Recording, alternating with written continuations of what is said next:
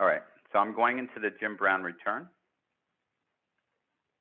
And in this case, we know from the intake information that Mr. Brown has 3 1099 miscellaneous forms.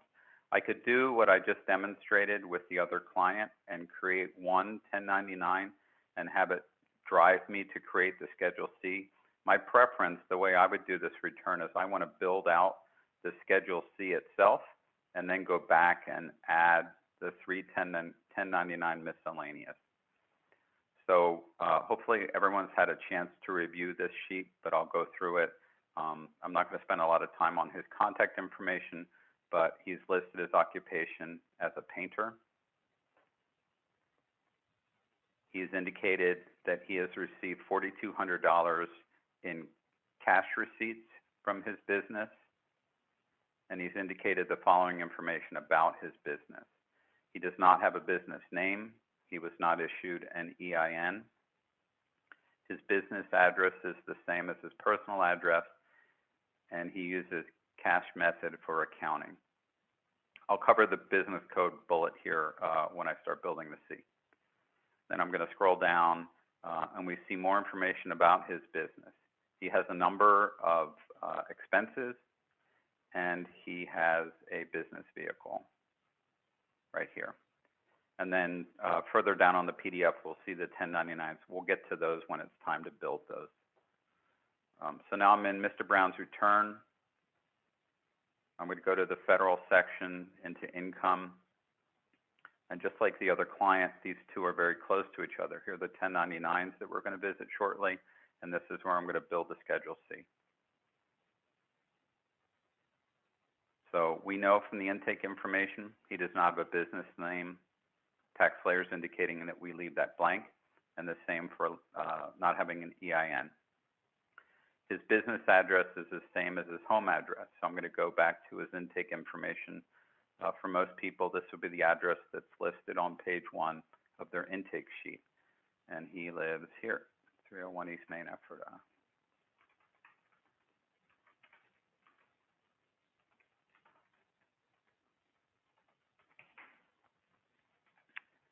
We know he's a painter, so TaxSlayer provides a lookup to the IRS codes. You'll see this hyperlink here. When I click on it, it's going to bring up a list of all of the 6-digit codes that the IRS provides.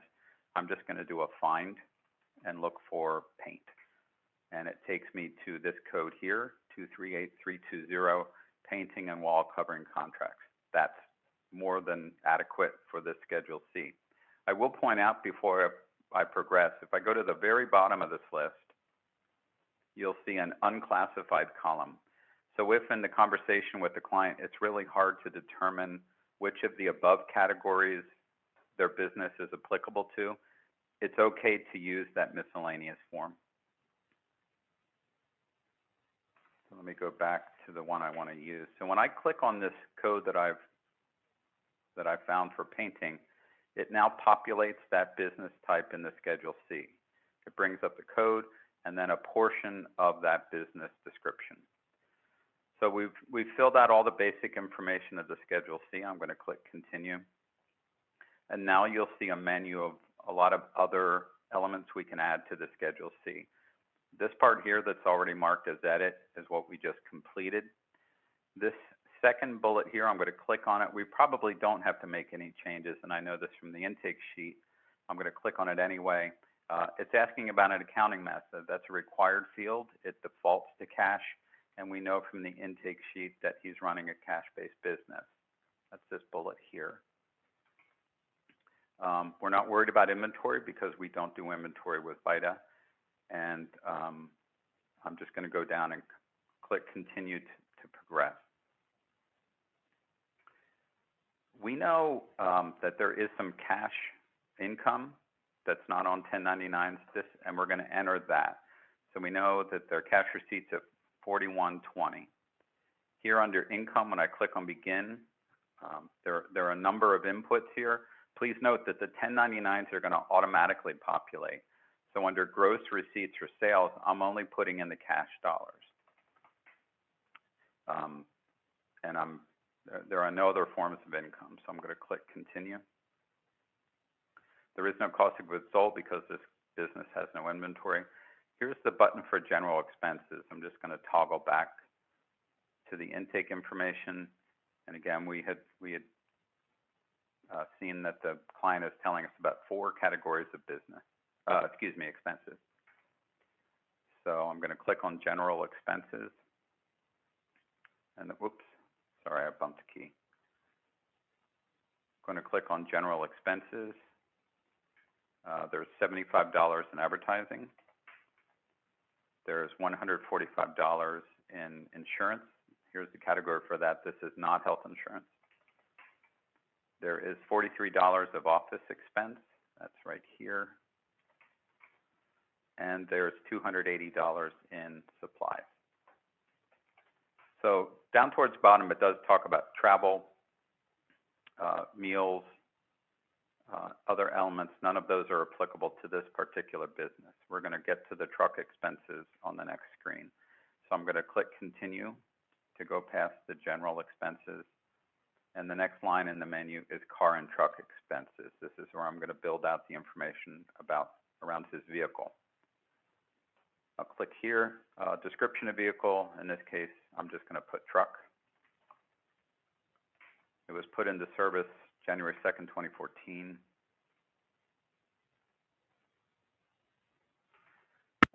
And there are 3 types of miles listed: business miles, commuting miles, and other miles. The one that really matters is business, but because he's provided them all, I'm going to populate all 3.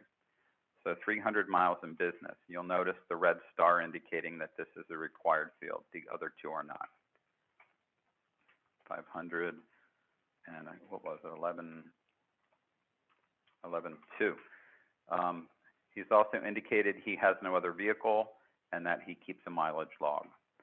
So I can mark that the vehicle was available for personal use during off hours. It's his only vehicle. He does have evidence to support the deduction, and the evidence is written. And I'll click continue. So there's his vehicle for his Schedule C. That's everything I have. I have some 1099 miscellaneous to enter, but other than that, I've included all the elements that he's provided to us related to his painting business. So I'm going to click on continue. So now you can see already we have total income, and remember, this total income at this point is merely the cash sales, the $41.20. We have total expenses, and we'll look at the Schedule C in the tax return that's printed. So it's calculating his profit in this case, or net income. It's going to change because we're going to be adding other income sources. But basically, we've built the Schedule C. I'm going to click continue. So now I'm back to the 1099s. I have 3 of those. I'm just going to scroll down in the PDF. This was his W-2. I've entered that. This is his bank interest. I've entered that. And this is his first 1099 miscellaneous. You can see it here. And again, a reminder, this year we're very likely to see the new Form 1099 NEC. It doesn't have as many boxes, but it explicitly calls out non-employee compensation. This will still be available on the 1099 miscellaneous in box 7. So I would suspect we'll see both. At the moment, just a reminder, TaxSlayer does not have the 1099 NEC available. Some of you may have uncovered that as you started to do your test. A tip, you can actually populate the 1099 NEC information in the 1099 miscellaneous temporarily while you complete your testing. So anyway, here we are. We have our first 1099 miscellaneous. I'm going to click begin. I may truncate some of this information. Whoops.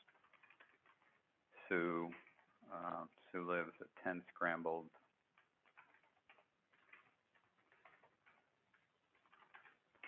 And this is Sue's TIN.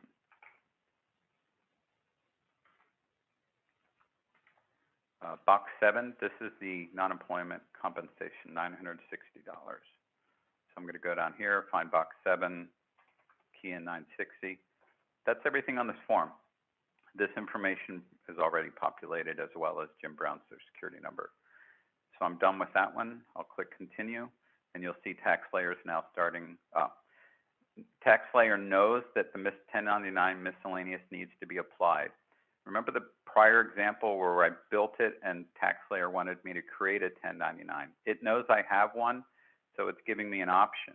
It's saying, if it's a different business from the one you created, do you want to create a new Schedule C, or do you want to apply it to an existing Schedule C? I want to apply it to an existing. I'll click on this button. If for some reason there were two Schedule Cs, let's say Jim Brown is a painter, and not working. Jim Brown is a painter and he's also an Uber driver, there would be a drop down to choose between the two. He only has the one business, so I'm going to apply it to that business. So now we have one Schedule C. I'm going to toggle back to his intake information and enter the second one.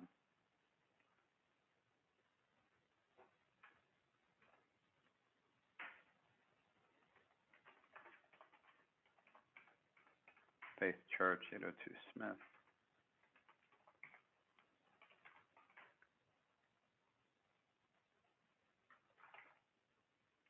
Enter the TIN, and the Box 7 income is 1920 for this 1099. So again, under Box 7, I'll enter the 1920. So we've built out the second 1099. It will ask, TaxSlayer will ask the same question. It will ask where to apply this. So I'm just going to repeat what I did before. I'm going to say it's an existing C, and it's the only one that's in Slayer, and click Continue. So now we've applied two 1099s to the Schedule C I created earlier. I'm going to go down to the third and last Schedule C and build that.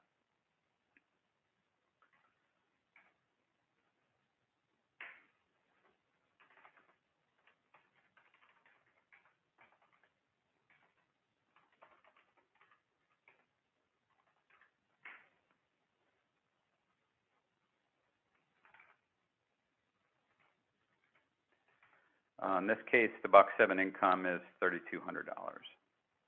So I'll go down and click on that, put in $3,200, and we've keyed in everything from this form. Click Continue. Once again, Slayer is going to want me to peg it somewhere. I'm going to put it in the only Schedule C we have. And that's the data entry. I'm going to jump over here. You'll see it shows all the income. I had previously entered the W-2 and the interest. Here are the 1099s. We're looking at those, but this is a quick way to get to the Schedule C. I don't know if you remember the income. The total income reported previously was $4,120. Now the total income is $10,200. If I scroll up to the top of the page, to the first page, that's consistent with what we were expecting, that the gross total receipts would be $10,200. So now we can see he's made a lot more money. I'm going to click Continue, and then so this return is done, other than entering banking information for his refund, et cetera. I'm going to go pull up his actual tax return and highlight a couple of elements in it.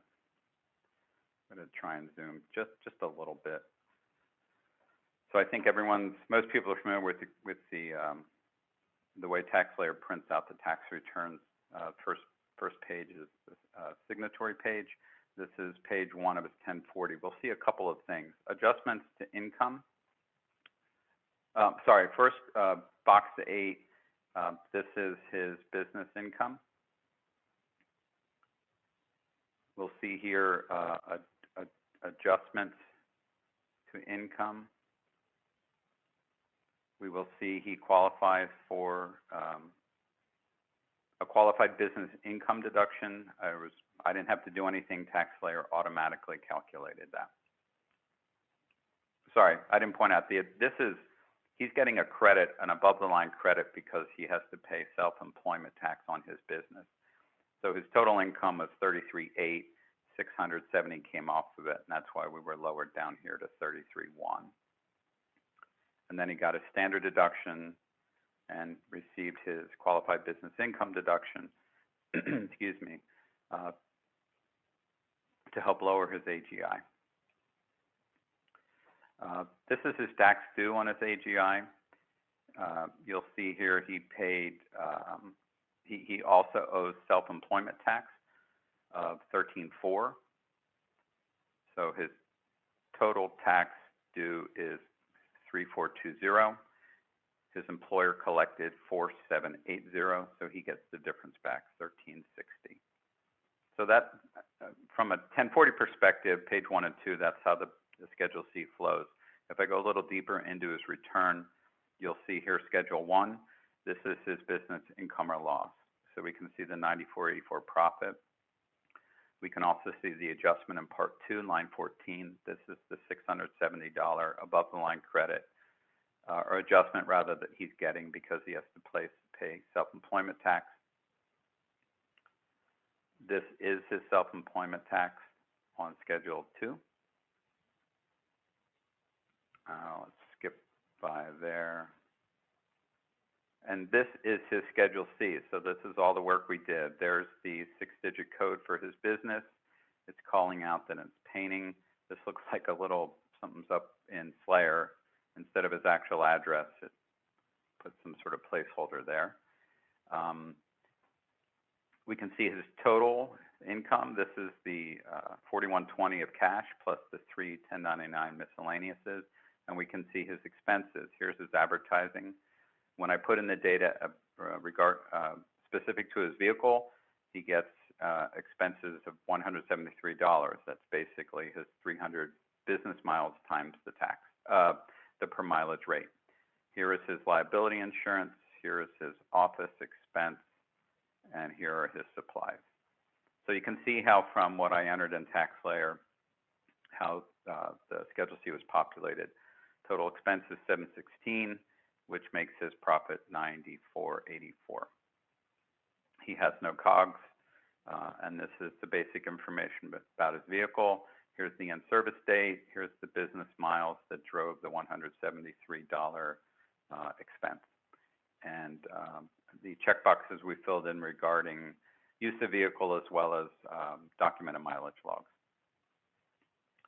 This Schedule SE is the self-employment tax. This workbook calculates automatically that indicates the self-employment tax that he owes of $1380 based on his overall income as well as his net profit on a Schedule C. This is the $89.95, which again automatically calculates his qualified business income deduction, which is above the line and helps lower his AGI.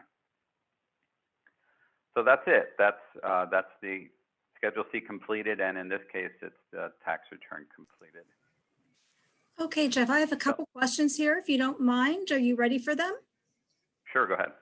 Okay, so the first question I can answer, is this being recorded? Yes, we did start the recording. So the next question, Jeff, do you have to check that inventory is not applicable on your basic information form?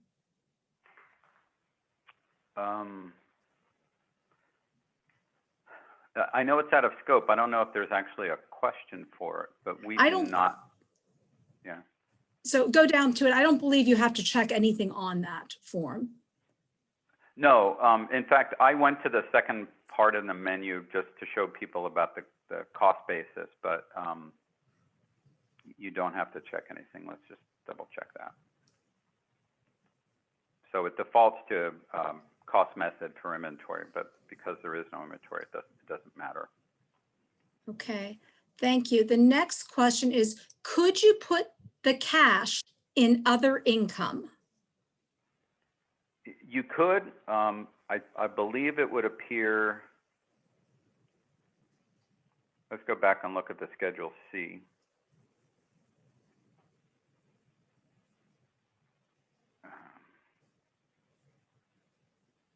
I suppose it wouldn't matter. I think it would end up appearing here in other income instead of in gross receipts. Okay. So mathematically, I don't believe it would matter. But I would recommend you put it in the way it was. Absolutely. That's the proper way to do it. So, okay, so here's a tech question. How do you toggle quickly between the screens? Alt-Tab, if I hold down the Alt key and then hit the Tab key, this is a Windows machine, so just a regular keyboard. It lets me choose a screen to view, but if I just do it quickly, it lets me jump around between screens. Thank you so for again, yeah, sure. Okay, next question. What if he doesn't have written evidence of his expenses? You would just not check that box, but you would want to caution the client that it could end up being tricky if the IRS wanted to find out more about proving the miles. So it would be best if they did. If it's a first-year business, that's not uncommon, that someone doesn't realize they need to do those things. Sometimes we'll have clients bring us wads of gas receipts and things like that, but it is in their interest to start a book, and that's easy to do, right? You just put a notebook in your glove compartment and make notes. It doesn't have to be something elaborate. Thank you. So on the same topic, does not having a log or written boxes checked create any errors or issues when you're completing the tax return? No, TaxSlayer doesn't care, but you'll see in the income, the vehicle section of the Schedule C, it would note that you have no evidence to support the deduction and that the evidence is not written. So I'm not saying that's a flag for the IRS, but the more you can substantiate your miles, the better off you are. And the other thing I would just add to that is Pennsylvania, the state has come back and done a lot of auditing of businesses. So I always encourage every client that's in, if they're not keeping a written log, you know, they own the tax return, we'll put down what they tell us. But if they're telling us, you know, what did I drive last year, 12,000 miles? There's a really good chance that, you know, the state might look at something like that, come back and audit it, and then they're going to have to prove it. And if they can't, they'll disallow those miles. Okay, the next question. Can't you have a 1099 miscellaneous income and not have a business Schedule C, such as a patent award for money? So for yes. that one, go ahead, Jeff, I'll let you answer. I was just going to say, short answer is yes. The 1099 miscellaneous doesn't necessarily mean that you have non-employment compensation. And then what I was going to just add is a royalty would come up on a Schedule E, and royalties are out of scope for the VITA program. Jeff, anything else to add, or does anyone have another question before we ask you to start working on the second problem on your own? And we'll just stay here to answer questions that you might have.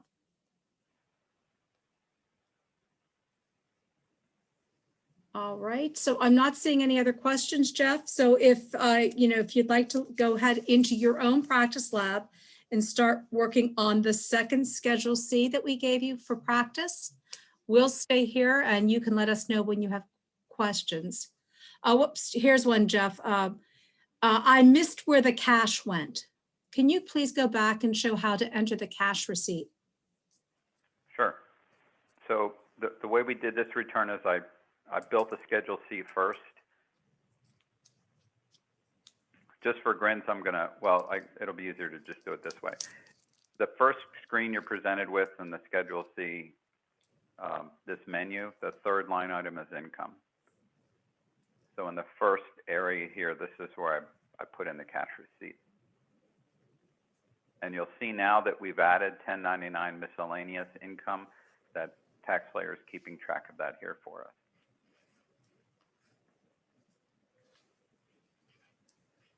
Okay, that's the end of the questions at this point. So we will stay on and let you guys work on the second problem and then just come back with any questions you have and we'll be happy to help you.